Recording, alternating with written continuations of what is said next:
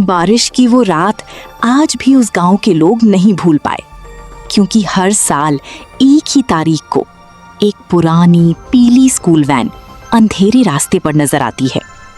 ना उस वैन का ड्राइवर जिंदा है, ना उसमें बैठने वाले बच्चे, लेकिन फिर भी रात 12 बजे उस वैन की हेडलाइट्स धुंध को चीरकर सामने आ जाती हैं, और जो भी उस वैन के अंदर झांक लेता है वो कभी पहले जैसा नहीं रहता। कुछ लोग पागल हो गए, कुछ गायब, और कुछ लोगों ने अपनी आंखों से देखा कि वैन की पिछली सीट पर बैठे बच्चे अब भी घर जाना चाहते हैं। पंजाब के एक छोटे से गांव के बाहर एक सुनसान रोड थी। रोड के दोनों तरफ घने दरख्त थे, और रात को वहां इतना सन्नाटा होता था कि सिर्फ हवा और पत्तियों की आवाज सुनाई देती थी। गांव के बुजुर्ग कहते थे कि इस रोड पर रात को कभी अकेला मत गुजरना, खासकर बारिश वाली रात में। लेकिन नए लोग इन बातों को सिर्फ अफवाह समझते थे।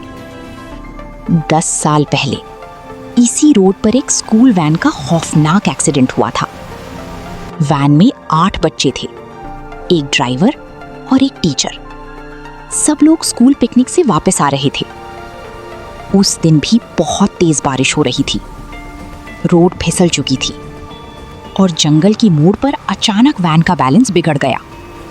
वैन सीधा गहरी खाई में गिर गई। अगली सुबह रेस्क्यू टीम को सिर्फ टूटी हुई वैन मिली, और अंदर खून, टूटे स्कूल बैग्स और बच्चों की आधी जली हुई कॉपीज। लेकिन अजीब बात ये थी, लाशें पूरी नहीं मिली। कुछ बच्चे गायब थे। पुलिस ने बहुत सर्च किया, जंगल छान मारा, लेकिन उन बच्चों का कोई निशान नहीं मिला। उस एक्सीडेंट के बाद उस रोड को मौत वाली रोड कहा जाने लगा, और धीरे धीरे लोगों ने उस रास्ते पर जाना छोड़ दिया।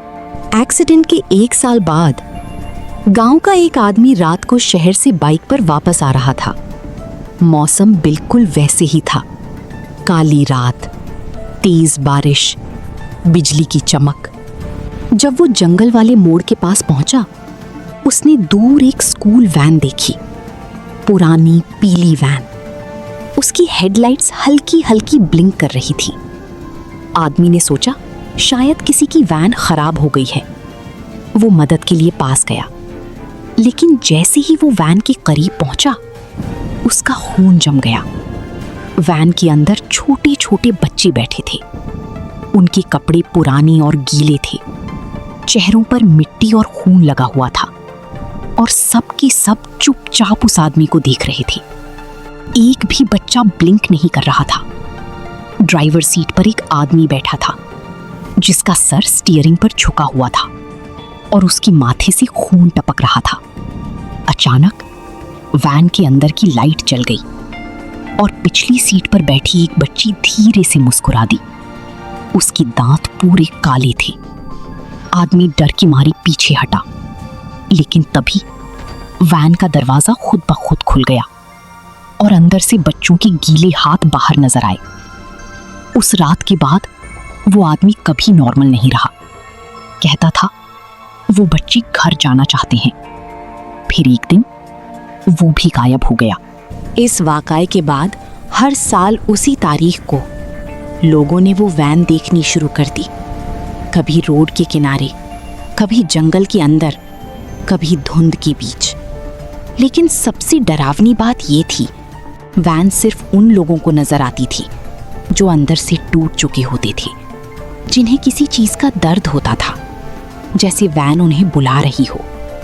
गांव के लोग कहते थे कि एक्सीडेंट के वक्त बच्चे जिंदा थे, लेकिन मदद देर से पहुंची, और वो सब अंधेरे जंगल में तड़प तड़प कर मर गए। इसीलिए उनकी रूहें अब भी घर का रास्ता ढूंढ रही हैं।